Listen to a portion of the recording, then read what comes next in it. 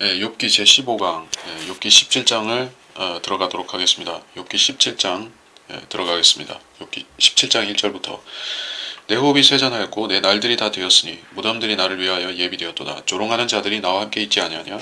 내 눈이 그들의 경록해함을 계속 보고 있지 아니하냐? 자, 여기에서 무덤들이 나를 위해 예비되었다라는 언급은 욥 개인을 의미하는 것이 아니라 무덤들이라고 했기 때문에 여기서는 지하세계도 아니고 한 개인의 그런 무덤을 말하는 것도 아니라 어떤 민족, 무리의 무덤을 말하는 것입니다. 그것이 누구인가? 욥이 예언적으로 예표하는 대상이 누구인지를 우리가 보면 되는 것이죠. 욥이 예표하고 있는 것은 이스라엘 백성입니다. 대환란 때에 야곱이 고난의 때를 통과하고 죽임당하고 그리고 환란 끝에 부활하는 그 이스라엘 백성들을 전체를 예표하는 것이에요. 그 환란 끝에 부활하는 이스라엘 사람들은 환란 때 목베임을 당해서 죽은 그 순교자들도 있지만 다른 더 많은 성도들이 부활합니다. 우리가 그 마태복음에 보게 되면 주님께서 부활하실 때 무덤에서 많은 성도들이 일어났던 사실을 보게 되는데 성경은 이런 표현을 세심하게 구별해서 썼습니다. 모든 성도들이라고 하지 않았고 많은 성도들이라고 했습니다. 성경에서 세심하게 구분한 표현이 있으면 그것을 놓치지 말아야 하는 것입니다. 간과하게 되면 교리가 혼동된다. 교리가 혼동되지 않도록 우리는 세심하게 표현을 구별해야 됩니다. 그래서 많은 성도들이 부활했다는 것은 어떤 성도들은 아직 부활하지 않았다는 것입니다. 그래서 구약시대 많은 성도들 가운데서 부활하기 위해서 아직 몸이 아직 부활하기 위해서 기다리고 있는 성도들이 있는 것입니다. 그래서 그들은 환란 끝에 부활하는데 에스겔서 37장 12절 여기 이 구절이 그 무덤들에 대해서 예표하고 있습니다. 그러므로 그들에게 예언하여 말하라. 주 하나님이 이같이 말하노라. 보라, 내 백성아, 내가 너희 무덤들을 열어서 너희의 무덤들에서 나오게 하여 너희를 이스라엘 땅으로 데려오리라. 또 13절에는 오, 내 백성들아, 내가 너희의 무덤들을 열어서 너희의 무덤들로부터 너희를 나오게 할 때 너희는 내가 주인 줄 알 것이며 또 요한복음 5장 28절 말씀에 또 이런 얘기가 있습니다. 이를 이상하게 여기지 말라. 무덤들 속에 있는 모든 자들이 그의 음성을 들을 때가 오나니 라고 했습니다. 자, 이것은 다 부활에 대해서 말씀한 것인데 실제적인 성도의 육체의 부활을 말씀한 것인데 특별히 유대인 성도들의 육체적 부활을 말한 것이요. 그 부활의 첫 열매들이 된 존재가 있었으니 그들이 바로 아까 말했듯이 마태복음 27장 52절에 나오는 무덤들이 열리며 잠들었던 많은 성도들의 몸이 일어났으며 라는 그 언급에 있습니다. 일단 여기까지만 보고 2절 조롱하는 자들이 나와 함께 있지 아니하냐. 내 눈이 그들이 경록해함을 계속 보고 있지 아니하냐. 조롱하는 자들은 물론 여기선 실제로는 엘리파스와 빌닷을 가리키는 것이지만은 더 여기서 말하는 그 교리적인 대상은 주 예수 그리스도의 초림 때 갈보리 십자가에도 적용이 되고 환란 때 멸시를 당하는 이스라엘에도 적용이 된다는 것은 우리가 알아야 될 것입니다. 내 눈이 그들이 경록해함을 그들이 그 이스라엘을 박해하는데 유대인을 박해하는데 그냥 박해하는 것이 아니라 아주 경록해하고 약을 올리면서 박해를 한다. 유대인들이 가장 꺼리는 것이 바로 성전을 더럽히는 것이죠. 유대인들을 가장 괴롭게 만드는 것이 그것입니다. 그래서 그 알렉산더 사후에 그 시리아와 이집트 또 마케도니아와 또 헬라 제국이 셀류커스 왕조, 프톨레미 왕조, 마케도니아의 본국의 왕조 이렇게 셋으로 나뉘었는데 그 중에서 셀류커스 왕조의 안티오쿠스 에피파네스라는 그 왕이 이스라엘을 그때 유대를 박해하고 성전을 그 스룹바벨이 다시 재건한 그 성전에 돼지 피를 뿌리고 제우스 신상을 세웠다고 하죠. 그래서 유대인들이 그것에 격분해서 마카비를 중심으로 반란을 일으켜서 그 독립운동을 한 그 사람을 왕으로 추대해서 마카비 왕조가 이어졌던 것입니다. 자, 그래서 유대인들이 가장 싫어하는 것, 그들이 가장 꺼리끼는 그것을 바로 성소에, 지성소에 멸망이 가증한 것을 세우는 일을 바로 적그리스도가 하게 된다. 그래서 계속 보고 있어야 되는데 얼마 동안 그들이 보고 있어야 되냐면은 3년 반 동안 지켜봐야 된다는 것입니다. 3절 이제 놓아주시고 주께서는 나의 보증이 되소서 나와 함께 손을 마주칠 자가 누가 있겠나이까. 주께서는 나의 보증이 되어주소서. 자, 이것은 성령의 보증을, 성령의 인침을 받은 그리스도인들은 이것을 자신의 교리로, 이것을 자신의 교리로 적용할 수 있겠죠.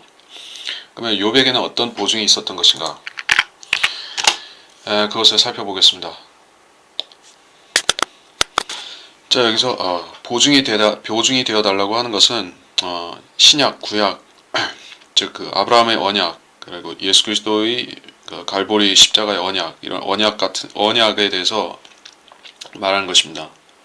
언약 체결하면 그 계약을, 즉 언약을 체결하면 그에 따른 보증이 있죠. 이것을 이행하지 않을 시에는 어떻게 한다 하는 그런 조항들과 보증이 있는 것입니다. 그래서 나의 보증이 되소서라는 것은 현재 시점에서 그 보증이 없다는 얘기고 앞으로 보증이 되어 달라는 것입니다. 우리가 정확하게 말해서 구약이라고 할 때, 올드 테스터먼트라고 할 때 그 구약이 언제 체결되었습니까? 그러니까 이스라엘 민족으로서 민족 단위로서 하나님과 체결한 언약은 출애굽한 이후에 모세 때에 체결된 것이 맞고, 아브라함에게 개인적으로 체결한 언약은 창세기에 아브라함과 맺은 언약은 따로 있습니다. 그래서 그거를 전체적으로 하나의 그 언약이라고 하면은 아브라함 때부터라고 볼 수도 있습니다. 근데 문제는 이 역사적으로 욥이라는 사람은 아브라함은 언약에 속한 그 할례받은 유대인이, 그러니까 그때는 유대인이 아니지만 히브리인이 아니죠. 그렇기 때문에 욥은 실제적으로 하나님과 언약을 맺고 그 언약을 맺었다. 어떤 언약을 맺었기 때문에 하나님께서 나에게 약속을 이행하셔야 되고 나도 약속을 지켜야 되고 이런 개념이 따로 없습니다. 그래서 구약 시대에 이방인들이 구원을 받았던 것은 하나의 그 특례 예외식으로 구원을 받은 것이지, 일반적으로 하나님께서 아브라함의 언약 가운데 그들을 집어넣으셔서 이방인들을 유대인과 똑같은 방식으로 구원하신 것은 아니었다는 것을 우리가 알아야 될 것입니다. 그래서 우리한테는 신약으로 하나님께서 신약을 주심으로 우리한테는 구원의 보증이, 또 언약의 보증이 생겼습니다. 또 유대인들은 앞으로 하나님과 또 새 언약을 체결하게 될 텐데, 그 새 언약을 예레미야서에도 나오고 또 히브리서에도 나오는 것입니다. 히브리서 7장 22절에 보게 되면 예수는 이처럼 더 좋은 언약의 보증이 되셨느니라 라는 말씀이 나옵니다.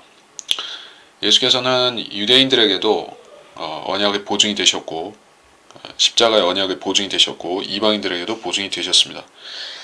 유대인들은 근데 다만 그들이 민족적으로 그 언약의 혜택을 입게 될 때, 그 언약에 속하게 될 때 그들은 그것을 구약의 아브라함과 체결했던 그 언약의 리비전으로 갱신판으로 봐서 그것을 뉴 테스터먼트가 아니라 뉴 카비넌트라고 민족적 개념으로 그렇게 부르고, 히브리서 7장에서는 좀 전에 본 거기서는 테스터먼트라고 되어 있는데, 이것은 예수 그리스도의 피로 맺어진 그리고 개인적인 구원을 강조할 때는 그것이 뉴 테스터먼트의 라고 표현을 하는 것이요. 그래서 4절 이는 주께서 그들의 마음을 명철로부터 가리셨기 때문이니 그러므로 주께서는 그들을 높이지 아니하시리라.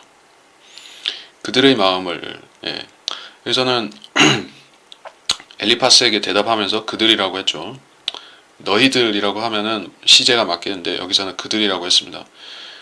그렇기 때문에 이것은 단지 새 친구를 가리키는 말로 끝나는 것이 아니라 예언적인 의미가 있을 텐데 그렇다면 당연히 대환란에 연관시켜서 볼 수밖에 없겠죠. 그들의 마음을 명철에서 가리셨다. 명철이라는 것은 무엇이냐? 첫 번째로 창조주 하나님을 시인하고 하나님께서 의로우시고 내가 죄인이라는 것을 인정하고 또 하나님께서 인간 구속주가 되셔서 나의 죄를 제거하셨다. 십자가에서 나의 죄를 제거하셨다. 이런 사실을 복음을 믿는 것이 명철이죠. 그러니까 하나님이 지혜라고 했습니다. 이 시대의 사람들은 많은 사람들이 교회 다니지만 그런 명철을 받은 적이 없이 교회를 다니고 있기 때문에 그들은 어리석게 종교생활을 하다가 지옥에 가죠. 그렇다면 대환란 때는 그런 사람들이 이 세상의 주류를 이루고 살고 있으니까 지금은 바이블 빌리버도 있고 또 복음을 믿은 사람들은 다 이런 지혜가 있지만 그때 지혜가 없기 때문에 명철이 없는 자들이죠. 주께서는 그들을 높이지 아니하시리라. 근데 사람들은 스스로 높아지려고 애쓰고 있습니다. 은사주의자들은 스스로 높아지기 위해서 거대한 교회를 짓고 교단을 만들고 또 부를 축적하고 또 은사를 행함으로써 사람들에게 그 존경받고자 하는 것입니다. 그러나 하나님께서는 그들을 높이시지 않을 것입니다. 하나님 말씀으로 사람이 높여지는 것이지 말씀을 믿고 실행할 때 하나님 말씀을 믿고 실행할 때 그 사람이 높여지는 것이지 큰 교회를 진다고 높여지는 것이 아니죠. 5절 자기 친구들에게 아첨하여 말하는 자는 그 자식들의 눈마저 멀 것이라. 자기 친구들에게 아첨하여 말하는 자들. 이게 어떤 언급이냐면은 잠언 29장 5절을 잠깐 보도록 하겠습니다. 잠언 29장 5절. 자기 이웃에게 아첨하는 자는 자기 발 앞에다 그물을 치는 것이니라. 아첨하는 자, 거짓 선지자, 거짓 예언자를 우리가 우선 떠올릴 수가 있겠죠. 왕의 좋은 자들이었죠. 구약시대에 이스라엘 선지자들은 왕에게 전쟁이나 그 백성을 치리하는 것이나 그 국가의 정사를 논함에 있어서 좋은 자들이었습니다. 그것은 이방 왕국들도 마찬가지였는데 느부갓네살 바빌론에서도 거기 바빌론 왕 느부갓네살이 이 이상한 꿈을 꿨을 때 그 괴상한 형상에 대한 그 꿈을 꿨을 때 그는 자기 자문관들을 불렀습니다. 그들은 점성술사들이었고 점치는 그런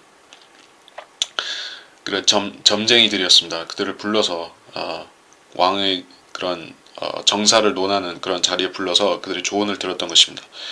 근데 이스라엘에서는 선지자들이 그 일을 했죠. 근데 선지자들이 하나님께서 그들에게 거짓말하는 영을 보내셔서 아하방의 경우처럼 아하방을 죽이시려고 그렇게 거짓말하는 영을 보내시니까 그들이 거짓말하는 예언을 통해서 그 왕을 전쟁터에서 죽게 하나님께서 시키신 것이요. 그래서 아첨하여 말하는 자들은 그들 자체도 벌을 받는다는 것입니다. 하나님께서 그들을 물론 악의 도구로 하나님이 심판을 집행하는 도구로 사용하신 것은 맞지만 그 자들 자체도 발라함처럼 더러운 이익을 위해서 또 현대 은사주의 목사들처럼 자기들 교인들의 마음을 홀리기 위해서 거짓말을 했기 때문에 하나님께서 그들도 가만두시지 않는 것이다. 것입니다. 그 사람들 자체도 심판을 받고 자식들도 심판을 받는다라는 언급이 나옵니다. 근데 이것은 특별한 언급이죠. 일반적이지는 않습니다. 왜냐하면 에스겔서에 보더라도 하나님께서는 자식의 죄를 아비에게, 아비의 죄를 자식에게 묻지 않겠다라는 말씀을 하셨습니다.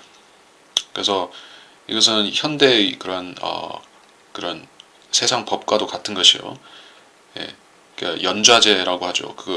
우리 조선 시대나 이런 우리 그 이전 왕조 시대에는 연좌제가 있었죠. 그래서 아들이 잘못을 해도 그 아비나 그 기타 친족들까지 다 엮어가지고 벌을 받고 이렇게 했습니다.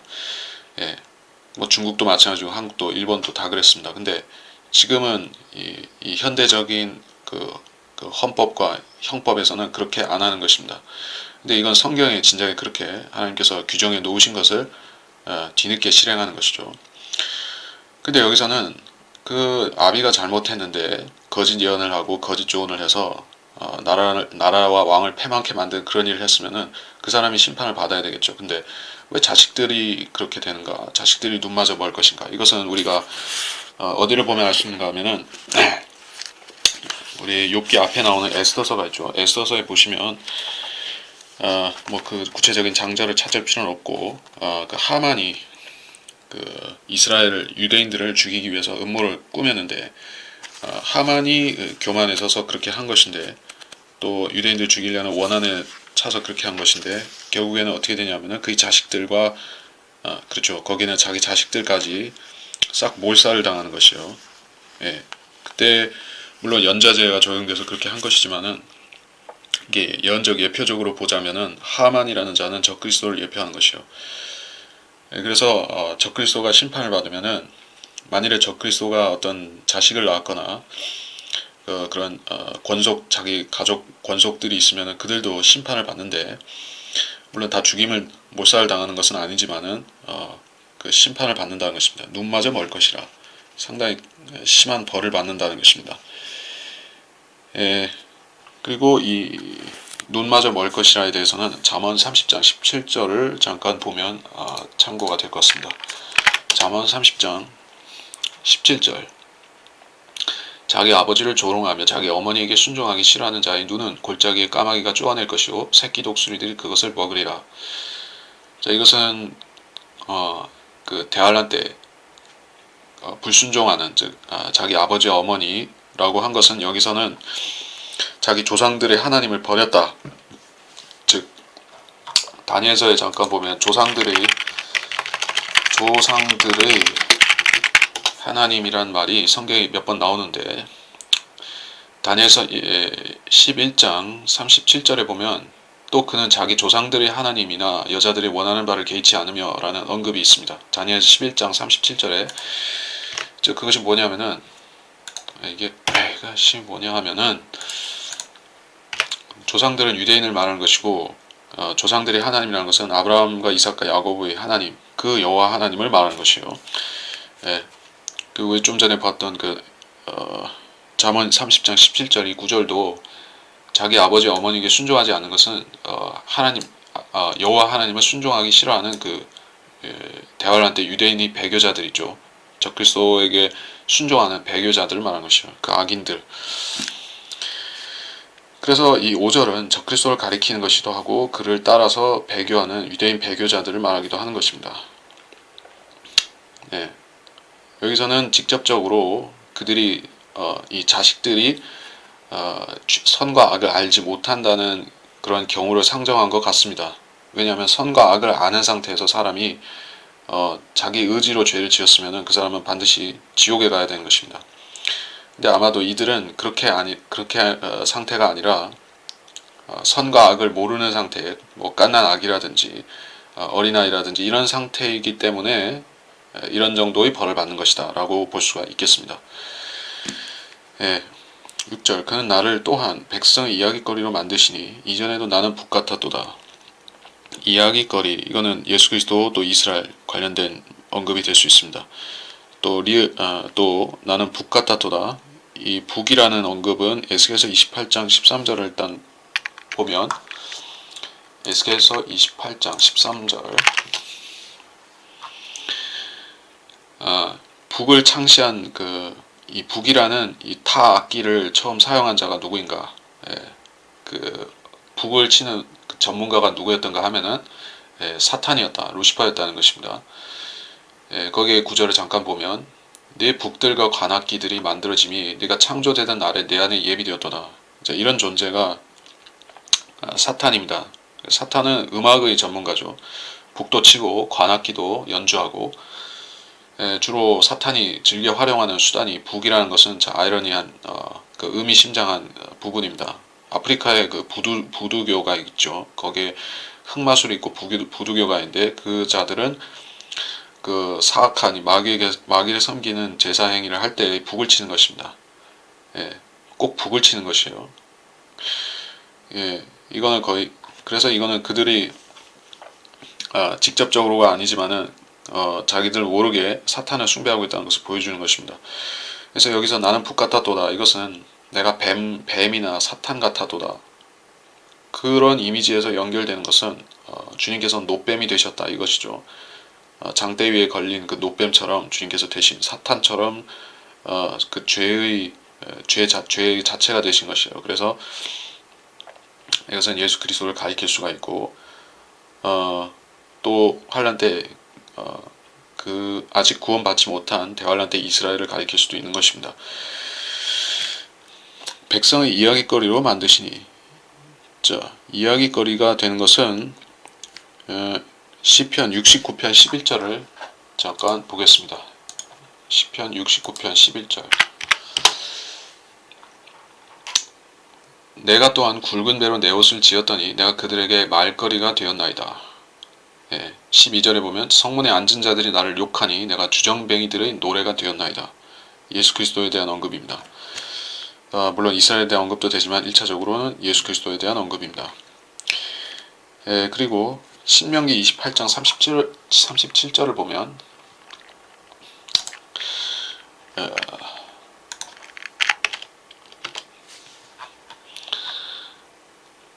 너는 주께서 너를 끌고 가실 곳의 모든 민족 가운데서 놀람과 속담과 웃음거리가 될 것이라. 유대인들이 실제로 2000년, 길게는 2600년 동안 유리 방황하면서 그들은 온갖 별명들, 또 놀림감이 되었던 것입니다. 유대인들을 가리키는 멸시하는 표현들이 참 많죠. 그리고 그들은 나라가 회복된 후에는 그들을 좀채 비우는 사람이 좀 줄어들었지만 그 전에는 엄청나게 조롱을 당했던 것입니다. 그래서 방랑하는 유대인, 그것은 하나의 희비극의 소재가 되었던 것이요, 영원히 방랑하는 유대인이라는 이미지가 있습니다. 그러니까 유럽의 문학에는 그런 이미지가 있죠. 그러니까 베니스의 상인이라든지, 유대인들은 항상 수전노, 돈만 밝히는 수전노에 아주 음흉한 계략을 꾸미는 그런 계략가들로 등장하는 것입니다. 그러다가 지금은 그 이스라엘이라는 나라가 생기고 많은 유대인들이 그 땅으로 돌아가서 정착했고, 또 유대인들 가운데 부자가 많고 하다 보니까 사람들이 이제는 유대인을 감히 잘 멸시하는 것은 줄어들었는데, 그래도 싫어하는 것은 똑같습니다. 게다가 유대인들을 정말 혐오하는 자들은 아직 정작 아주 강성한 세력으로 남아있죠. 바로 그 마호메트 교를 믿는 그 아랍인들이 유대인들을 그렇게 미워한다는 것입니다. 그래서 유대인들도 만만치 않게 이방인들을 미워하는 것은 우리가 알 수가 있습니다. 이방인들을 멸시합니다. 유대인들은 지금도 자기들끼리 멸시하는 것이요, 이방인을 고이라고 부르죠. 고이라는 것은 그들이 아주 주님 당시에 유대인들이 이방인들을 개라고 불렀다든지 이런 표현과 같은 것이요. 자, 그것은 그래서 예수 그리스도에도 6절은 적용되고 이스라엘에도 적용되는 구절이다. 그리고 7절에 보면 또한 내 눈은 슬픔으로 인해 침침해지고 나의 모든 지체들은 그림자 같도다. 이것은 예레미야나 에가의 표현과 유사한 것인데, 그래서 이스라엘의 야곱의 고난의 때에 대한 언급인 것입니다. 그림자라든지 침침해진다, 이것은 모두 영적인 면, 육체적인 면 다 언급하는 것입니다. 대환란 때가 되면 기근이 오기 때문에 육체적으로도 수척해지고, 또 적그리스도가 멸망에 가증한 것을 세우고 이스라엘을 영적으로도 박해하는 그런 상황을 말하는 것입니다. 8절에 정직한 자들은 이 일에 놀라고 무지한 자들은 위선자에 대해 격동하리라. 이 일에 놀라고, 대환란 때는 놀라울 일이 참으로 많죠. 사람들이 앞으로 일어날 일들을 생각하면 거의 기절할 정도가 됩니다. 그리고 전쟁과 전쟁의 소문이 있는데, 그리고 실제적으로 큰 전쟁이 있는데, 그러면 사람들은 놀랄 것입니다. 놀라서 정신을 놓칠 수가 있습니다. 정신을 잃어버릴 정도로 놀랄 것입니다. 그리고 무지한 자들은 위선자에 대해 격동하리라. 그때 성도들과 그 적그리스도가 싸우는 전쟁이죠. 두 증인이 적그리스도와 싸우는 또 전쟁이 있습니다. 근데 그 전쟁에서 성도들이 패한다. 그래서 그 무죄한 자들은 격동하고 그들과 위선자들과 싸우려 하지만은 처음에는 패할 것입니다. 그리고 3년 반 동안 계속 패할 것입니다. 그러다가 마지막에 주님께서 오시면 그때 한 번에 아마겟돈에서 이기고 뒤집는 것입니다. 9절 의인도 자기 길을 지속하고 손이 깨끗한 자도 점점 강성해지는도다. 의인도 자기 길을 지속하고 욥 자신을 가리키는 것입니다. 또는 환난 성도를 가리키는 것입니다. 손이 깨끗한 자도 점점 강성해지는도다. 점점 강성해지는도다. 어떤 면에서?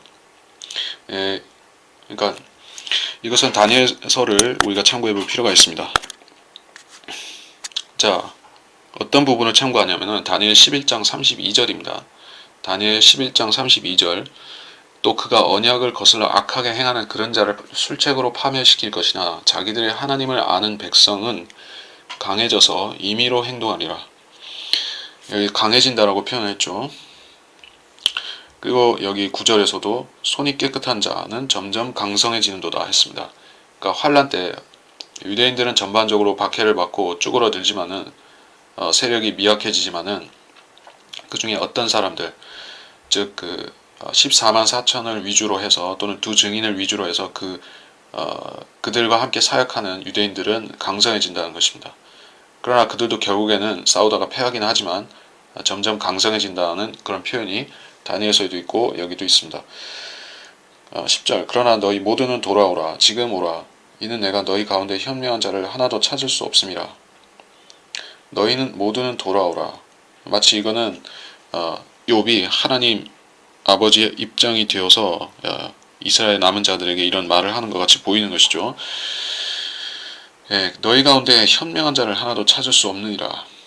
현명한 자, 다시 말해서 주님께서 믿음이 있는 자를 찾을 수 없다라고 하신 그 표현하고 맞아 떨어질 수가 있습니다. 어디 나오냐면은 자, 어디와 맞아떨어지냐 하면은 누가복음 18장 8절입니다. 내가 너희에게 말하노니 하나님께서는 그들이 원한을 속히 갚아주시리라. 그러나 인자가 올 때 그가 세상에서 믿음을 찾아볼 수 있겠느냐. 믿음을 찾아볼 수 없다면 지혜도 찾아볼 수 없고 명철도 찾아볼 수 없을 것입니다. 현명한 자가 없다는 것이요. 이 시대에 하나님의 지혜는 예수 그리스도의 그 십자가의 어리석음에 있죠. 그래서 이 복음을 예수 그리스도의 은혜의 복음을 받아들인 사람은 현명한 사람이고 지혜자입니다. 그 사람이 믿음이 있을 뿐 아니라 현명하고 지혜자인 것이에요. 그런데 대환란 때가 되면 현명하고 지혜 있는 사람들은 물론 그때 그 예수 그리스도를 영접하고 율법을 지키고 하는 환란 성도들은 지혜자는 맞지만은 그들이 결국에 어떻게 되냐면은 적그리스도와 싸우지만 다 지고 목배임을 당하고 거의 소멸되는 것이요. 그러면 현명한 자를 하나도 찾을 수 없습니다. 라는 하나님 말씀이 이루어진다는 것입니다. 언제가 이루어지냐면은 환란 끝부분으로 가면서 이루어진다는 것입니다. 하나도 찾을 수 없습니다. 11절 나의 날들이 지나갔고 나의 목적들과 내 마음의 생각들마저도 부서졌도다. 그것들이 밤을 낮으로 바꾸니 어두움 때문에 빛이 짧도다. 내가 기다리면 음부가 내 집이 되나니 내가 흑암 속에서 내 침상을 만드는도다. 자, 11절에 나의 날들이 지나갔고 나의 목적들, 나의 마음의 생각들마저 부서졌도다. 이것은 누구한테 적용되겠습니까? 나의 날들, 나의 목적들, 내 마음의 생각들. 물론 그리스도에게 적용될 수 있겠죠. 주 예수 그리스도께서 이 땅에 오셨을 때 두 가지 목적을 갖고 오셨죠. 인류의 모든 죄를 대속하기 위한 하나님의 어린 양이 되기 위해서 오셨고, 둘째로는 이 땅에 하나님께서 세우고자 하셨던 신정국가를, 즉 천국을 세우기 위해서 오셨다 하는 두 가지 목적이 있었습니다. 근데 주님께서는 먼저 이루셔야 할 온 인류의 죄의 대속을 위해서 두 번째 왕국을 세우는 것을 유보하신 것이요. 그래서 그 마음의 생각들과 목적들이 부서졌도다. 어디에서? 주님께서 그 종려 가지를 들고 환영하는 그 백성들 앞에 나귀를 타고 나타나셨을 때 그것이 이루어질 뻔했지만 결국 그 유대인들이 예수 그리스도를 거절하고 죽게 함으로써 인해 그 목적은 부서진 것이에요. 그러니까 세상적인 관조에서 본다면은 완전히 부서져서 봉합할 수 없게끔 박살이 난 것이죠. 그래서 예수님이 죽으심으로 인해서 또 이제 주님께서 하늘로 가서 계시기 때문에 이제 왕국은 영원히 멀어졌다라고 생각하는 사람들이 바로 그 후천년주의자들, 왕국의 이 천년왕국과 주님의 재림을 믿지 않는 그 사람들이 나타난 것이요. 그래서 이것은 초림과 관련된 구절이다 하는 것을 알 수가 있겠습니다. 물론 환란 성도한테도 적용할 수 있을 것입니다. 11절, 12절, 그것들이 밤을 낮으로 바꾸니, 밤을 낮으로 바꾸니, 그러니까 밤이 낮처럼 밝아진다는 말은 아닐 것입니다. 왜 그런가 하면은 어두움 때문에 빛이 짧다라고 했기 때문에 그렇습니다. 그러니까 그 사전적인 정의, 그런 단어의 사전적인 정의로 본다면은 낮은 해가 있고 밤은 해가 없고 어두운 그런 시간을 말하는 것이죠. 창세기에 1장에서의 그 낮과 밤의 정의에 따르면은 빛이 있고 없고가 그 여부를 밤과 낮인가 여부를 나누는 것입니다. 근데 여기서는 밤을 낮으로 바꾸니라고 했습니다. 어두움 때문에 빛이 짧도다. 그러니까 낮이 밤처럼 된다는 말로 볼 수가 있겠죠. 어두움 때문에 빛이 짧도다. 빛이 사라진다. 빛이 소멸된다. 이런 말을 하고 있으니까 이것은 환란, 대환란 끝에 낮이 밤처럼 되는 이런 현상. 그런 현상이 어디 나오냐면은 그런 구절이 요한계시록 16장 10절에 나오죠. 다섯째 천사가 자기 호리병을 짐승의 자리에 쏟으니 그의 왕국이 흑암에 쌓이며 그들이 고통으로 인하여 자기 혀를 깨물고 낮이 밤처럼 됩니다. 낮은 낮인데, 시간대로는 낮인데 밤처럼 된다. 어두움 때문에 빛이 짧도다. 내가 기다리면 음부가 내 집이 되나니 내가 흑암 속에서 내 침상을 만든다. 음부가 내 집이 되나니, 여기서 음부는 분명히 지하세계를 말하고 있죠. 흑암 속에서 침상을 만든도다. 이 침상은 물론 상징적인 표현입니다만은 그 낙원에 간 자들은 쉬고 있죠. 그리고 지옥에 간 자들은 고통받고 있습니다. 그래서 흑암 속에 침상을 만든다는 것은 욥이 구원받은 사람이라는 것을 우리가 볼 수 있을 것입니다. 물론 이 표현 자체가 상당히 상징적인 부분이 있지만은 음부라는 말은 분명히 실제로 지하세계를 가리키는 것입니다. 흑암도 실제적인 것이에요. 14절, 내가 썩는 것에게 말하기를 너는 내 압이라 했고 벌레에게 말하기를 너는 내 어미요 누이라 하였도다. 자, 이게 그 지하세계, 지옥에 대해서 우리가 분명히 배울 수 있는 구절인데, 욥은 자신을 구원받은 사람인 것을 말하지만은 여기서는 구원받지 못하고 지옥에 간 사람에 대해서 자신을 빗대어서 말한 것입니다. 내 압이라, 썩는 것에게 말하기를 내 압이라, 벌레에게 말하기를 어미요 누이라. 그들이 벌레요, 그들이 벌레도 죽지 않고 그들이 불도 꺼지지 않느니라고 하신 주님께서 지옥에 대해서 언급하신 부분과 연결이 되죠. 벌레를 나의 형제요, 친척이라 이렇게 부른다면은 그 사람도 벌레죠. 주님께서는 십자가에서 벌레처럼 되셨는데 마치 지옥에 있는 죄인들 같은 처지가 되신 것이에요. 그래서 이것은 절대로 어떤 벌레라는 말도 그렇고 썩는 것이라든지 이런 표현은 전부 상징적인 것이 아니라 실제 지옥에 갔을 때 죄인들이 처하게 되는 상황을 말하는 것입니다. 그래서 시편 22편 6절에 보면 주님께서는 자신을 그렇게 부르셨습니다. 벌레라. 그러니까 22편 6절에 보면 나는 벌레요 사람이 아니라 사람들의 비방거리요 백성들에게 멸시거리니이다. 사람이 아니라, 그러니까 주님이 모습, 외모가 사람 같지 않게 마치 그 흉측한 뱀이나 벌레나 또 마귀처럼 보였던 것입니다. 그런 모습이 된 주님을 가리키는 진술이 될 수가 있고, 또 지옥에 가면 죄인들이 모두 다 예수님의 그 벌레처럼 되신 예수님을 통해서 죄를 용서받지 않고 지옥에 간 죄인들은 자기 자신들이 벌레처럼 되어서 거기서 십자가의 고통을 능가하는 고통을 받고 있는, 십자가의 고통과 버금가는 그러한 고통을 지옥에서 받고 있는 것입니다. 자기 죄를 자기가 고통을 받고 있는 것이다. 이게 지옥에 대한 진술이라는 것을 우리가 확인할 수가 있었습니다. 사람들은 구약 성경에는 지옥이 확실하게 안 나온다라고 생각할지 모르지만은 지옥과 지옥의 고통, 지옥에서 죄인들의 그런 절규, 이런 것들을 구약에는 사실은 그렇게 많이 묘사하지는 않았습니다. 지옥이라는 말은 나오죠. 근데 우리가 잠깐 보면은 뭐 사무엘 하에 보면 사무엘하 22장 6절 지옥의 슬픔이 나를 쌌으며 죽음이 덫이 나를 막았도다, 이런 말씀이 있고,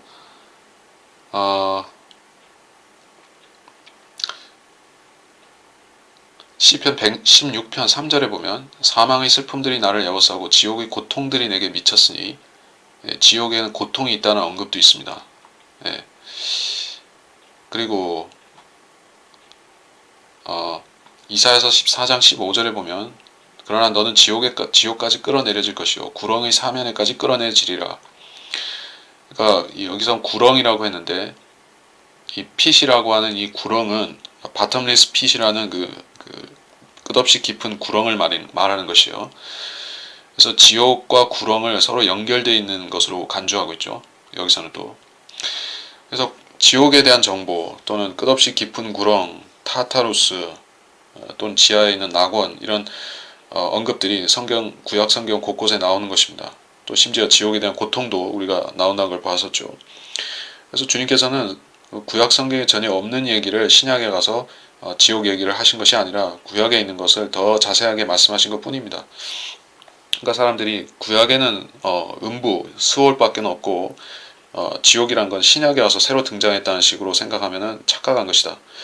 성경은 원래 지옥을 가르치고 있습니다. 창세기부터 요한계시록까지 지옥 교리가 일관되게 나오고 있다는 것입니다. 15절 이제 나의 소망이 어디 있으며 내 소망을 누가 보랴. 우리의 쉼이 다 같이 흙 속에 있게 되면 그것들은 구렁의 빗장들로 내려가리라. 15절을 따로 볼 것은 없겠고 16절에서 이거 좀 생각해 볼 필요가 있는 언급이 뭐냐 하면은 우리의 쉼이 그 흙 속에 있게 되면, 여기서 쉰다는 것은 육신이 흙에 누워서 육신이 땅에 누워서 쉰다 하는 그 쉰 것을 말하는 것이요.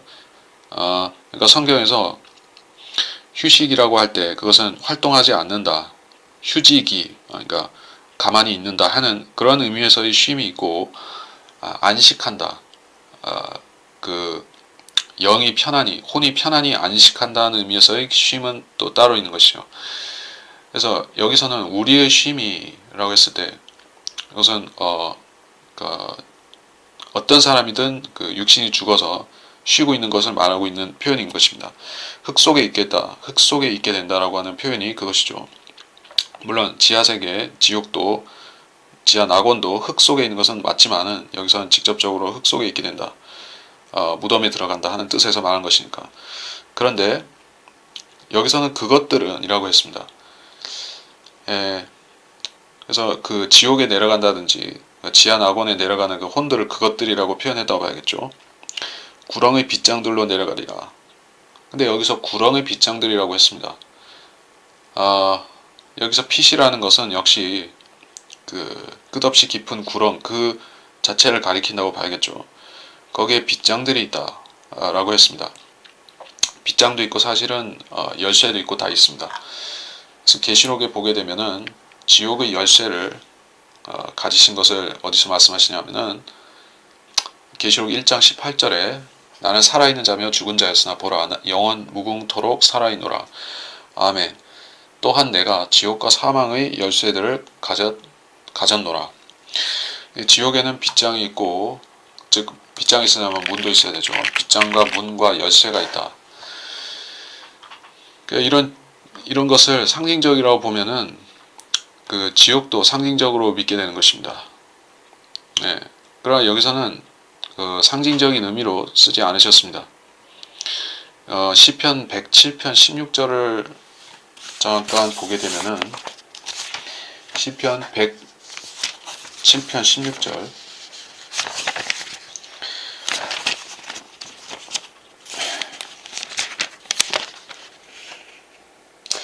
이는 그가 노수의 문들을 부수셨으며 철 빗장들을 꺾으셨음이라 이런 말씀이 있습니다. 노수의 문들, 철 빗장들 이게 어디에 해당되는 것인가 하면은 이 요나서 2장 6절에 보면 이게 지하세계의 그런 영적인 문과 빗장들과 이런 걸 말하는 것이고 또 마태복음 16장 18절에 보게 되면은 역시 거기에 지옥의 문들이 나오죠. 마태복음 16장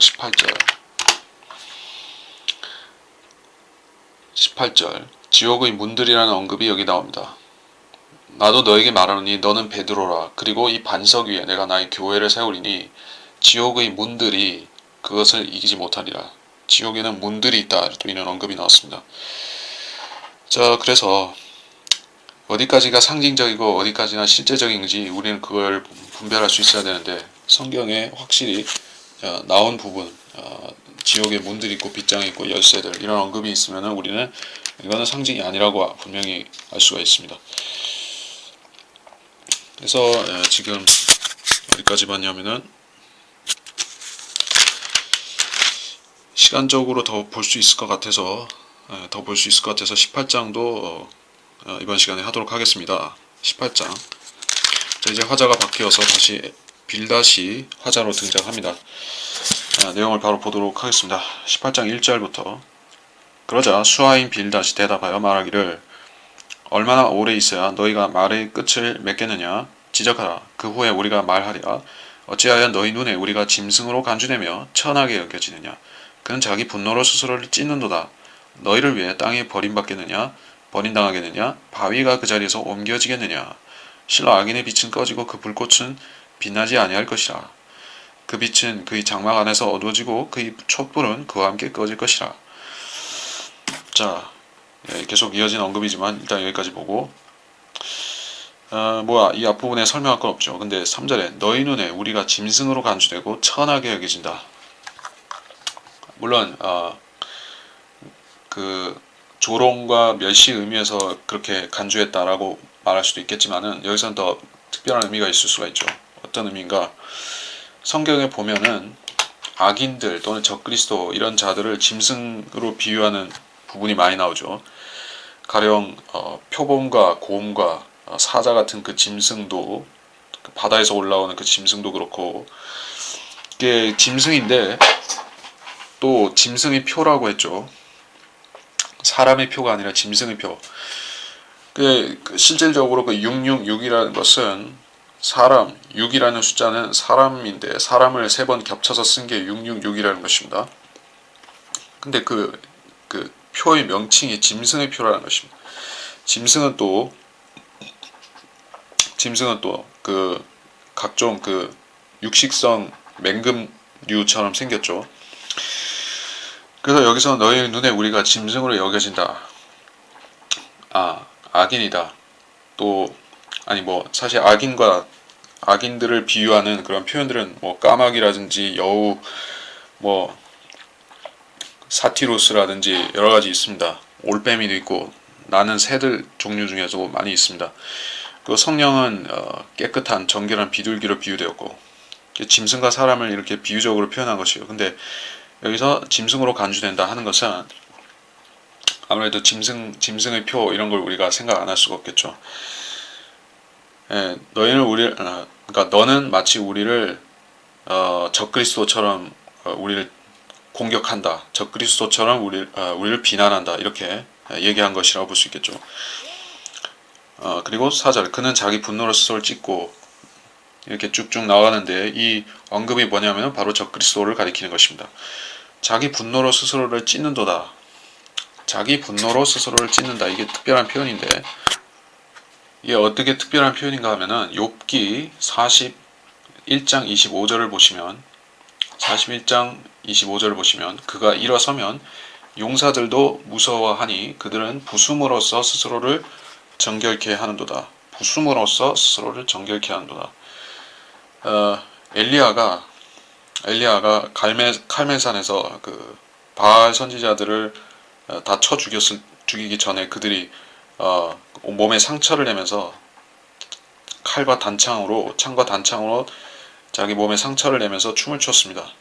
무당들이 작두타기를 하죠. 그리고 칼 같은 것으로 자기 몸에 상해를 입히면서 이렇게 자기 신들을 부르는 것이에요. 그게 마귀가 그렇게 시키는 것인데, 그게 뭐냐면은 여기서 스스로를 찢는다는 표현이 그것과 일맥상통한다는 것입니다. 예, 그 이교도들이 제사 드릴 때 그런 걸 많이 한다는 것입니다. 심지어는 거기서 한 걸음 더 나아가서 인신 제사까지도 드리는 것이죠. 상처를 입히는 정도는 부족해서 아예 사람을 죽여서 인신 제사도 드리는 것입니다. 그 실제적으로 대환란 때 그렇게 하고, 그래서 우리가 여기 대환란 때 드리는 마귀에게 드리는 제사가 이렇다는 것을 우리가 여기서 짐작할 수가 있습니다. 이게 그는이라고 하는 게 적그리스도를 가리키는 것이니까, 너를 위해 땅이 버림당하겠느냐, 바위가 그 자리에서 옮겨지겠느냐. 그래서 적그리스도 때문에 땅이 버림당하겠느냐라는 말과 같은 것이죠. 아니, 땅은 버림받지 않지만 적그리스도는 땅 밑으로 내려갈 것입니다. 불못으로 산채로 떨어지고 땅은 멸망하지 않을 것입니다. 바위가 그 자리에서 옮겨지겠느냐. 물론 바위는 옮겨질 수 있습니다. 산들도 옮겨지기 때문에 그때가 되면 계시록 몇 장에 16장인가 거기에 보면 바위가 옮겨지는 것도 아니라 산들이 옮겨지죠. 계시록 6장에도 산들과 바위들이 무너지라고 말하고 실제로 무너지는 것입니다.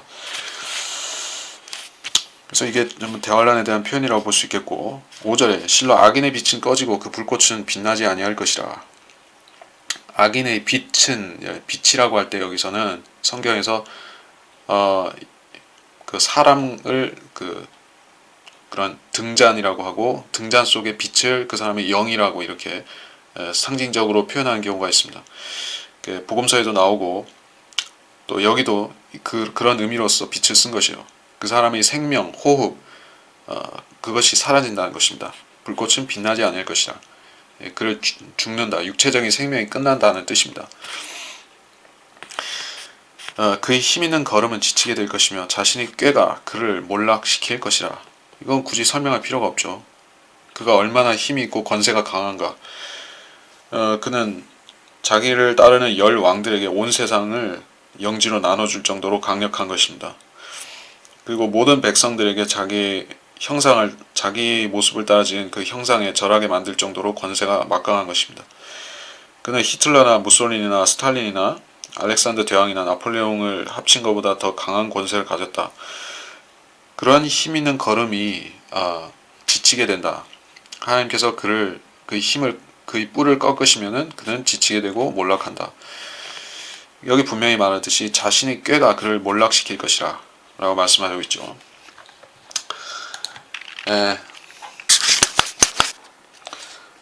자, 그 말씀이 잠언 26장 27절에 구덩이를 파는 자는 그 안에 빠질 것이며 돌을 굴리는 자에게는 그것이 그의 위로 돌아가리라.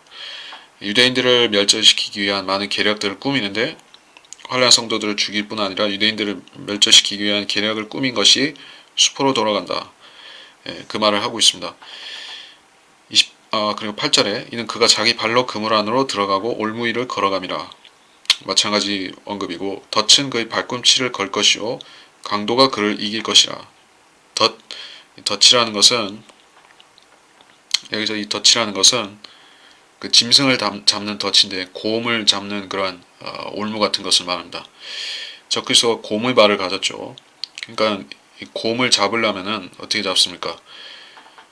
보통 이 곰 사냥 할 때 보면은 이 곰은 워낙에 이 가죽이 두껍고 총을 맞아도 잘 안 죽기 때문에 보통은 이 덫을 놔가지고 잡은 다음에 꼼짝 못하게 되면 그것을 쏴서 죽이고 하는 것이요. 곰이 사실 굉장히 민첩한 동물이라는 걸 우리가 알아야 되는 것이요. 곰의 발, 그러니까 적그리스도가 곰의 발을 가졌죠.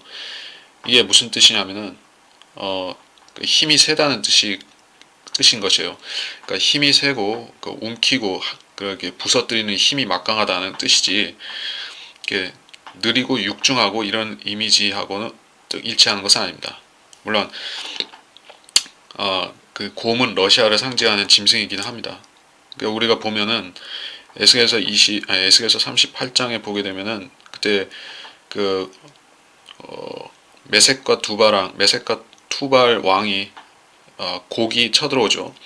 그게 러시아라고 얘기를 하는데 어떻게 쳐들어오냐면은 하늘을 그 새카맣게 뒤덮으면서 그 군대를 데리고 내려오는 것을 우리가 보게 됩니다.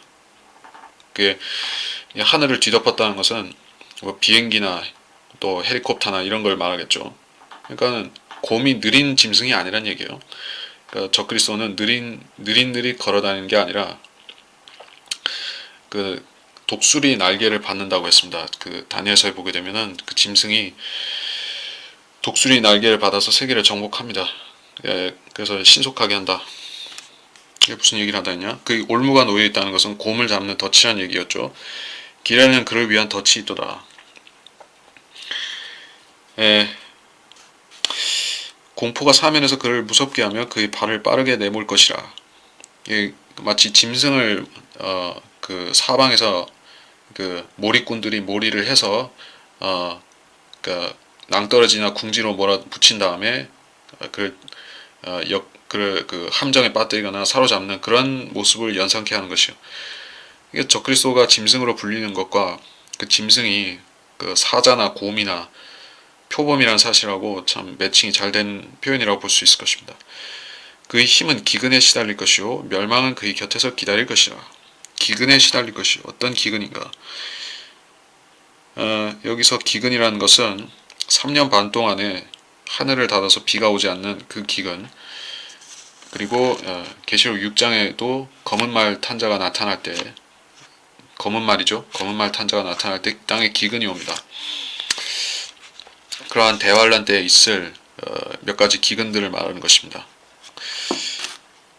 그의 힘은 기근에 시달릴 것이요. 물론 그 적그리스도 자신의 힘도 말할 수 있겠고, 그가 힘으로 삼은 그의 군대, 그가 군대의 신을 높인다고 했죠. 다니엘서에 보면 군대의 신을 존중한다고 했습니다. 그 힘이 쇠잔해질 것입니다. 멸망은 그의 곁에서 기다릴 것이라. 자, 멸망을 하나의 인격체로 묘사했는데 그럴 경우에는 멸망의 천사, 이집트의 장자들을 죽였던 그 멸망의 천사 같은 그 주의 천사를 가리킬 수도 있습니다. 여기서는 자기 꾀에 빠져서 스스로 파멸하는 것이기 때문에 계시록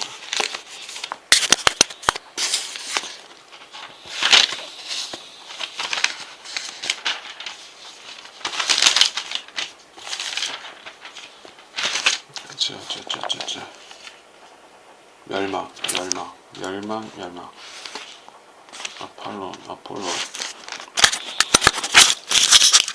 자, 그 존재는 바로 계시록 9장에 등장하는 그 멸망의 천사 아폴론인 것입니다. 계시록 9장 11절. 또 그들에게는 자기들을 다스리는 왕이 있으니 끝없이 깊은 구렁의 천사요 그의 이름은 히브리어로 아바돈이며 헬라어로 그의 이름은 아폴루온이더라. 아바돈 또는 아폴론이라는 이 존재는 그 의미가 멸망입니다. 그래서 멸망은 땅 밑에서 올라오고 또 어떤 한 사람 속에 들어가서 3년 반 동안 멸망의 아들이 될 것입니다. 데살로니가 후서 2장에 보면 그 멸망의 아들이라고 분명히 말씀하고 있고 주님께서도 멸망의 아들 외에는 내가 아무도 잃어버리지 않았다라고도 말씀하셨죠. 복음서에서. 자, 멸망은 그의 곁에서 기다릴 뿐 아니라 또한 멸망이 그의 피부의 힘을 삼킬 것이요. 그러니까 대환란 때 피부에 문제가 생기는 사람들을 우리가 볼 수가 있습니다. 헌대가 생깁니다. 짐승의 표를 받은 자들에게 그 헌대가 생기면서 그들이 고통 속에 하나님을 저주하게 됩니다. 이게 어디 나오냐? 계시록 16장에 나오죠. 계시록 16장 11절. 자신들의 고통과 헌대로 인하여 하늘에 계신 하나님을 모독하되 자기들의 행위를 회개치 아니하더라. 여기에 자기들의 고통과 헌대로 인하여 모독하는 이 사람들은 물론 짐승의 표를 받은 그 그때 사람들입니다. 근데 적그리스도 자신도 여기 포함이 될 것이요. 그 적그리스도도 온몸에 헌대가 나서 고통을 받고 하나님을 저주한다. 이게 예외는 아니라는 것이죠. 그래서 멸망이 그의 피부의 힘을 삼킨다라고 한 것은 물론 그가 불못에 던져질 때 결정적으로 그렇게 파멸되겠지만 그 전부터 해당이 된다는 것입니다. 예, 그 헌대가 생기는 것부터 사망의 첫 태생이 그의 힘을 삼킬 것이라. 사망의 첫 태생, 사망의 아들, 멸망의 아들, 사망의 아들, 예, 유사하죠. 사망의 첫 태생이 그의 힘을 삼킬 것이라. 예, 계속해서 안의 지하 세계의 어떤 존재들과 그 적그리스도의 상관관계를 이야기하고 있습니다. 그의 신뢰가 그의 장막에서 뽑혀져 멸망이 그를 공포의 왕에게로 데려가리라. 신뢰가 그의 장막에서 뽑혀져. 적그리스도의 장막이 어디 세워집니까? 장막 궁전이 세우죠. 그러니까 이런 구절은 여러 번 인용한 것이기에 장막 궁전 같은 것은 기억해 놓을 필요가 장막 궁전 아니야.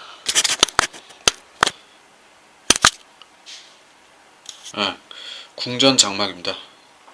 또 그가 자기의 궁전 장막을 영광스러운 거룩한 산에 있는 바다 사이에 세울 것이라. 다니엘 11장 45절이죠. 그 장막을 말하는 것이요. 그의 신뢰가 뽑혀져 그 장막과 함께 그가 마치 악한처럼 장막제로 또는 다단과 아비람의 무리처럼 장막제로 불못으로 땅 밑으로 꺼져 내려가는 것입니다. 그를 공포의 왕에게로 데려가리라. 물론 공포의 왕은 그를 두렵게 하는 존재가 따로 있다는 얘기인데 그 존재가 누구인가 하면 아폴론, 또 좀 전에 봤던 그 아바돈인 것입니다. 사실 이 표현, 공포의 왕이라는 표현을 누가 뺏겨서 사용했는가? 자기의 사사로운 예언집을 쓰는데 사용한 사람이 바로 저 유명한 노스트라다무스라는 것입니다. 미셸 노스트라다무스, 아주 유명한 예언자이죠.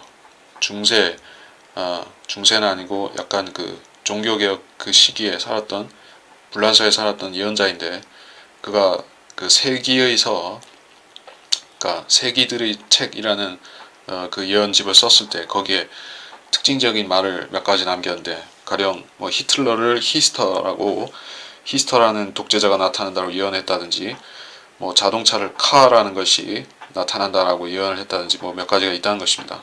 근데 그런 것들은 약간 해프닝성 사소한 것이고, 실질적으로 그가 성경을 인용해서 자기 예언에다가 채워넣은 것이 바로 이 공포의 대왕이라는 표현인 것입니다. 앙골모아의 대왕이라고도 하죠. 그러니까 그런 거 알 필요는 없는데, 여기서 King of Terrors라는 이 표현에 우리가 주목하는 이유는 적그리스도가 그 불못에 떨어지는데, 적그리스도가 불못에 떨어지면은 결국 그 밑에 내려가서 누구하고 만나게 된다는 것입니다. 적그리스도와 거짓 선자가 불못에 던져지죠. 그리고 그들이 떨어지면은 조금 있다가 그들이 서로 또 만나게 되는 존재가 있는데, 그것이 바로 그 사탄이다 하는 것입니다. 사탄. 계시록 12장 9절에 보면, 아니야, 12장이 아니라 계시록 20장이 아니라 20장 1절 2절, 여기에 보면은 또 내가 보니 한 천사가 하늘에서 내려오는데 그의 손에는 끝없이 깊은 구렁의 열쇠와 큰 사슬을 가졌더라. 그가 그 용을 잡으니 마귀와 사탄이 옛뱀이라 그를 1000년 동안 묶어두니 라는 표현이 있죠. 자, 공포의 왕에게 데려간다는 것은 결국에 사탄하고 적그리스도하고 서로 사이좋게 이 지옥에 있게 된다는 뜻이 될 것 같습니다. 뭐 그럴 수도 있고 뭐 다른 의미도 있을 수 있지만, 15절에 멸망이 그의 장막 안에 거하리니 이는 그의 것은 아무것도 없으며 유황이 그의 처소에 흩어질 것임이라. 그러니까는 우리가 여기서 볼 수 있는 것이, 소돔 같은 경우에 어떻게 됐냐면은 지금도 불타고 있다라고 예수님께서 말씀하신 것입니다. 소돔이 중요하죠. 주님께서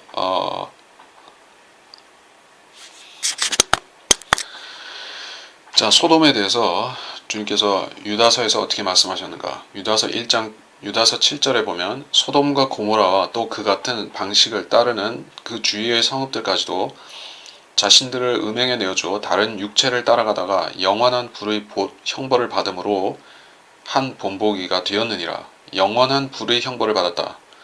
그러니까 소돔과 고모라와 그 주변 도시들이 지금도 영원한 불속, 즉 불못이라고 부르는 거기에 들어가 있다는 것입니다. 지옥에, 그러니까 우리가 말하는 그 지옥에 소돔과 고모라가 들어가 있습니다. 도시째로 들어가 있고 그 안에 있는 사람들도 그 도시째로 내려가 있는 것입니다. 엄청나죠? 도시 자체가 그 지옥 속에서 들끓고 있는 것이요. 그러니까 적그리스도도 똑같이 파멸한다는 얘기입니다. 그의 장막, 엄청난 그런 궁전 장막이죠. 그러니까 뭐 우리가 터키에 이스탄불에 가면은 그 술탄들이 살았던 그런 아주 화려하고 웅장한 그런 궁전이 있습니다. 톱카프 궁전이라는 그런 궁전이 있는데 가서 보면 그 비엔나에 있는 그런 합수부로 그 궁궐보다도 더 으리으리하고 웅장합니다. 가히 그 베르사유 궁전, 뭐 베르사유 궁전보다 실질적으로 화려하기는 더 화려합니다. 그런 궁전 자체가 거기 거하는 사람들까지 한꺼번에 지옥으로 내려가서 있다고 생각해보면 마치 어떤 공포 영화의 한 장면을 연상케 하는 것입니다. 그렇죠. 우리가 그 타이타닉이라는 제임스 카메론 감독의 그 타이타닉이라는 영화가 있었죠. 거기 보면은 그런 그 해저에 내려가서 그런 타이타닉 호의 그 잔해를 이렇게 그 살펴보는 잠수함으로 이렇게 찍어오는 그런 장면이 나오죠. 근데 나중에 회상 장면이 나오면서 그 황폐하게 그런 그 물고기가 집을 짓고 이렇게 녹이 슬고 한 그 자리에 옛날 장면이 재생되면서 사람들이 막 이렇게 춤추고 돌아다니고 하는 모습이 나오죠. 마치 그런 공포 영화의 한 장면, 물론 그런 공포스러운 한 장면을 연상시키듯이 적그리스도의 장막도 그렇게 처참하게 그 자체가 지옥으로 내려간다는 것입니다. 예, 왜 그렇게 단정할 수 있는가 하냐 하면은 유황이 그의 처소에 흩어진다는 표현 때문에 그렇죠. 그 소돔과 고모라가 멸망했을 때 거기에 남겨진 증거는 유황이었습니다. 예, 지금도 유황은 거기에 남아 있는 것이요. 사해에 보면 유황이 있습니다. 소금도 있고 유황도 남아 있습니다. 물론 불 자체는 밑으로 내려갔기 때문에 뜨거운 것은 없지만은 그 흔적이 남은 것이요. 또 지하세계 지옥에는 유황이 있죠. 그의 뿌리는 밑에서 말라버릴 것이요 그의 가지는 위에서 잘려지리라. 적그리스도를 식물 나무처럼 묘사한 것입니다. 이거는 여러 번 얘기했으니까 또 말할 필요는 없겠지만 밑에서 말라버리고 위에서 잘려지리라. 마치 주님께서 무화과나무를 저주하신 것 같이 또 가시나무를 태워버리신 것 같이 적그리스도를 태워버리신 것입니다. 또는 도끼질을 해서 그 나무 자체를 무너뜨리는 것입니다. 제거하는 것이요. 그를 기억함이 땅에서 없어지고 거리에는 그의 이름이 없으리라. 거리에는 그의 이름이 없으리라. 이게 또 재림에 대한 언급인데 이사야서 14장을 보면은 되겠습니다. 이사야서 14장 6절 주의 진노 가운데서 그 백성을 계속해서 미하였던 그가 박해당하니 아무도 막지 못하는도다. 그리고 10절 그들 모두가 내게 일러 말하기를 너도 우리와 같이 우리처럼 연약하게 되었느냐? 너도 우리와 같이 되었느냐? 적그리스도가 그 지옥에 내려갔을 때 이런 질문을 받는다 하는 말씀이죠. 그리고 20절 너는 그들과 함께 매장되지 못하리니 이는 내가 내 땅을 멸망시켰고 내 백성을 죽였음이라. 행악자들의 씨는 결코 명성을 얻지 못하리라. 그래서 그 적그리스도의 이름이 거리에서 없어진다. 지금도 우리가 어떤 거리에다가 사람의 이름을 붙이거나 지명을 붙이거나 그러니까 어떤 외국의 지명을 붙이는 경우도 있고 맞죠? 이를테면 뭐 테헤란로라든지 뭐 그런 게 대표적입니다. 그리고 뭐 예루살렘에도 다마스커스 성문, 다마스커스 거리 뭐 이런 식으로 그 지명을 붙이고 또는 여기서는 적그리스도의 이름을 붙인다고 했으니까 마치 알렉산드리아 하는 식으로 적그리스도의 이름을 붙여서 부르는 그런 거리들이 없어진다는 말입니다. 18절 그는 빛에서 암흑으로 쫓겨가며 세상에서 쫓겨날 것이라. 빛에서 암흑으로, 이 지상에서 지옥으로 또 쫓겨난다는 것입니다. 그는 자기 백성 가운데 아들이나 조카도 없을 것이며 그의 거처에는 아무도 남은 자가 없으리라. 그러니까 우리가 앞에 부분에서는 어떻게 되냐 하면은 그 자식들이 17장 5절에 보면 자기 친구들에게 아침에 말한 자는 자식들의 눈마저 멀 것이라. 적그리스도를 그렇게 말한 그의 자손들을 말했는데 여기서는 아들이나 조카도 없을 것이며 자기 백성 가운데, 그러니까 자기 백성, 원래 적그리스도가 자기 반쪽짜리 유대인이니까 그 유대인 가운데 그 적그리스도의 씨가 더 이상 없을 것이다. 마치 하나님께서 아말렉을 완전히 멸해서 기억을 없애리라. 그래서 아말렉을 철저히 멸하라고 하셨죠. 그 아말렉이 예표하는 것이 바로 적그리스도고, 아말렉의 후손 가운데 하만이, 아각인 하만이 있었죠. 그런 그 악의 씨가 이제 더 이상 남지 않으리라. 결국에 그들이 살아남더라도 멸절되고 서서히 멸절되고 없어진다는 뜻입니다. 남은 자가 없으리라. 앞에 간 자들이 무서워했던 것처럼 그의 뒤를 쫓는 사람들도 그의 나를 보고 놀라리라. 그의 뒤를 쫓는 사람들, 이게 무슨 말일까요? 적그리스도의 뒤를 쫓는 사람들은 그의 길을 따르는 사람들을 말하겠죠. 즉 그 악인의 길을 쫓는 사람들이 말할 것입니다.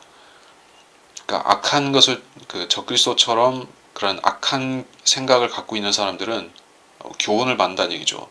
놀라리라. 앞서 간 자들, 앞에 간 자들이 무서워했습니다.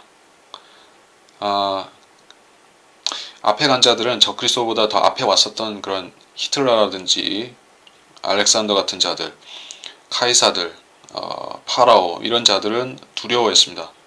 왜? 하나님께서 그들을 적그리스도의 예표로 삼으시고 그들을 치셔서 멸망시킬 때 두려워했습니다. 파라오는 홍해바다에서 하나님께서 자기를 바다에 빠뜨려 죽이시기 전에 두렵고 놀라워했겠죠. 그런 놀라워하는 것을 말하는 것이고, 그의 뒤를 쫓는 사람들은 어떤 사람들이냐면은 천년왕국 때 장막절을 지키지 않는 그 사람들, 이집트에서 올라오지 않으면 비를 내리지 아니하리라는 그러한 그 자들을 말하는 것이고, 자, 그의 뒤를 쫓는 사람들은 누구인가? 계시록 20장 7절에서 계시록 20장 7절에서 9절 사이에 천년왕국 끝에 있는 배교와 반역이 나오죠. 그때 그 자들이 대환란 때 적그리스도가 했었던 것과 유사한 짓을 하려다가, 즉 하나님의 도성 땅에 있는 예루살렘과 성전을 포위하고 유대인들을 멸하려고 하는 그 똑같은 일을 하죠. 그래서 그 민족들, 곧 곡과 마곡인데 그들이 하나님께서 그 하늘에서 불을 내리심으로 인해 멸망당합니다. 적그리스도와 유사하게 망한다는 것입니다. 다만 스케일은 좀 다르죠. 이때가 되면은 그 불이 내려옴과 동시에 온 세상이, 하늘과 땅이 다 불타고 새하늘과 새 땅으로 바뀌기 때문에 스케일은 더 다르지만은 같은 짓을 하다가 망한다는 것입니다. 그래서 그의 뒤를 쫓는 사람들은 적그리스도의 행보를 따라 하다가 흉내내다가 망하는 사람들이 있다, 그런 의미로 우리가 볼 수가 있을 것입니다. 여기서 그의 뒤를 쫓는다, 사실 따른다, 추종한다 이런 의미로 볼 수가 있을 것입니다. 그를 쫓아가서 추격한다 뭐 이런 의미라기보다는 추종한다 라는 의미가 될 것입니다. 20절에 21절에 악인의 거처들은 반드시 그러하리니 바로 이것이 하나님을 알지 못하는 자의 처소로다. 악인의 거처들은 이러하니, 이게 소돔과 고모라를 하나님께서 불멸의 교훈으로 삼으셨던 것과 마찬가지로, 또는 그 베수비우스 화산에 묻혀서 지금도 전시되어 있는 그 폼페이도 결국에 하나님께서 교훈으로 삼으셨죠. 성경에 불순종하고 사는 사람들에게, 모든 민족들에게 교훈으로 삼으신 것이에요. 악인이 거처들은 그러하니 알지 못하는 자의 처소로다. 또 이것에 대해서 우리가 정리하고 넘어갈 수 있는 부분이 어디냐면은 데살로니가 후서죠. 데살로니가 후서 1장 8절, 1장 9절. 예, 하나님을 알지 못하는 자들과 우리 주 예수 그리스도의 복음에 순종치 아니하는 자들을 불길 가운데서 벌하시니 이런 자들은 주의 임재와 그의 능력의 영광으로부터 떠나 영원한 멸망의 형벌을 받게 될 것이라. 예, 주의 임재와 능력의 영광, 즉 천년왕국으로부터 분리되어서 어린 양 앞에서 영원히 고통받게 됩니다. 예. 그래서 이 21절을 정리하고 그래서 17, 18장 강의를 이번 시간 마치도록 하겠습니다.